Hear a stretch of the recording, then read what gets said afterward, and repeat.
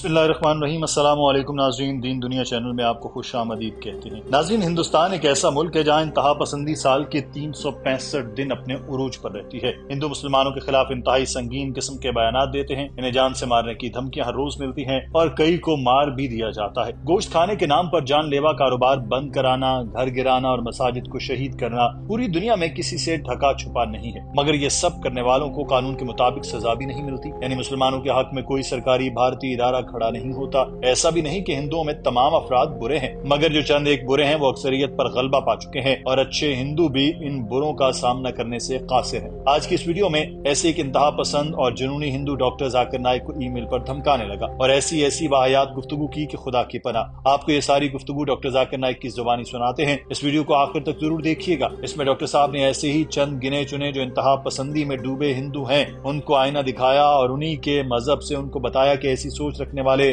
تمام لوگ جو خود کو ہندو کہتے ہیں در حقیقت وہ اپنے ہندو مذہب کی ہی توہین کر رہے ہیں۔ ناظرین، بھارت سے تامل ناڈو سے پریار نامی اس ہندو شخص نے ای میل میں لکھا کہ کیسے ہو سکتا ہے کہ مسلمان ہندوؤں کے ساتھ ایک جگہ پر رہیں جبکہ اللہ تعالیٰ کفار سے نفرت کرتا ہے اور مسلمانوں کو حکم دیتا ہے کہ کافروں کے خلاف جہاد کرو۔ قرآن ہندو مت کے خلاف ایک دہشت گردی کا مینول ہے۔ مسلمان ہندوؤں کو مٹانا چاہتے ہیں اور ہندوستان کا اسلامستان بنانا چاہتے ہیں، وہ اللہ کا حکم پورا کرنا چاہتے ہیں۔ میں مودی کو سپورٹ کرتا ہوں اور امت شاہ کی بھی حمایت کرتا ہوں کہ ہندوستان کو مسلمانوں سے پاک ہونا چاہیے۔ مسلمانوں کو پاکستان لے جاؤ یا قبرستان۔ ڈاکٹر ذاکر نائک نے ای میل میں پوچھے گئے سوال کے جواب میں اس سوال کو مختلف حصوں میں بانٹا اور پھر باری باری ان کا جواب دینا شروع کیا۔ ڈاکٹر ذاکر نائک نے سب سے پہلے کہا کہ بھائی نے اپنے سوال میں کافر کا لفظ استعمال کیا۔ پہلے اس کا مطلب بتا دیتا ہوں، یہ عربی زبان کے لفظ کفر سے نکلا ہے جس کا مطلب ہے مسترد کرنا، اور کافر کا مطلب ہوا وہ لوگ جنہوں نے مسترد کیا۔ میں پریار سے سوال کرتا ہوں کہ فرض کرو تمہاری ایک کمپنی ہے، اس میں سینکڑوں ملازمین کام کرتے ہیں اور اگر تمہارا ایک ملازم تمہاری ہدایات کو ٹال دیتا ہے، اس پر عمل نہیں کرتا، تو کیا تم اس سے محبت کرو گے یا اس کو کچھ نہیں کہو گے؟ تم تو اس کو کمپنی سے ہی نکال دو گے اور تم تو صرف اس کے کام کے مالک ہو، جبکہ اللہ تعالیٰ تو خالق ہے، اس نے تمہیں پیدا کیا۔ اگر تم اس کے حکم عدولی کرو گے تو کیسے گمان کر سکتے ہو کہ وہ تمہیں پسند کرے گا؟ تو جو بھی اس کا حکم مانتا ہے اللہ تعالیٰ اس سے محبت کرتا ہے، اور اگر تم اس کا کہنا ہی نہیں مانتے تو پھر محبت کی توقع بھی نہ رکھو۔ I would like to ask a simple question to Brother Pariyar,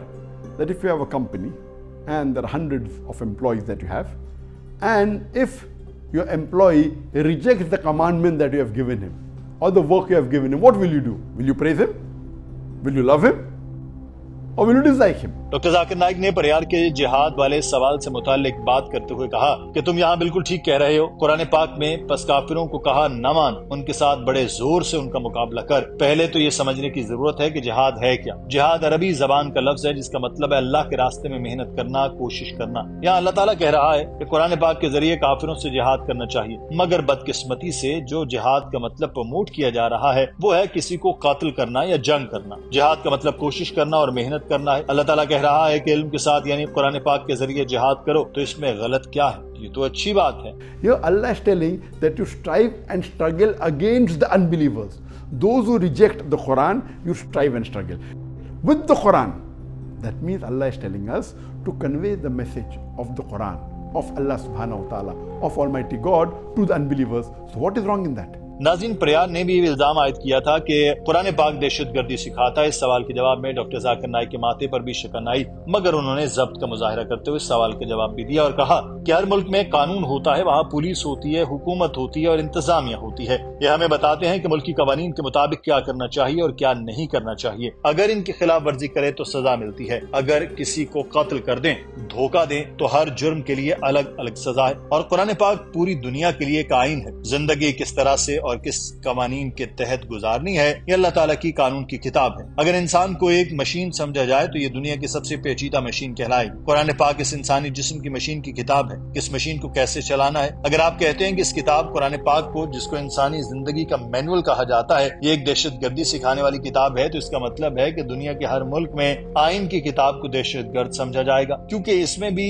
سزا و جزا کا ذکر ہے۔ یہ غلط فہمی ہے کہ در حقیقت قرآن پاک انسانیت کے لیے ہدایت نامہ ہے، اگر اس کے برخلاف کچھ کریں تو اس کی سزا ملتی ہے، جیسے کہ کسی بھی ملک میں جرم کرنے کی سزا ملتی ہے۔ یہ دہشت گردی سکھانے کی کتاب نہیں بلکہ یہ امن سکھانے اور پروان چڑھانے والی کتاب ہے۔ اگر کسی ملک میں آئین اور قانون نہ ہو تو وہ ملک فسادات میں گھرا رہے گا، ایسی اگر قرآن پاک نہ ہو تو انسانیت فسادات میں گھری رہے گی۔ Or for cheating, then why do you call it terror manual?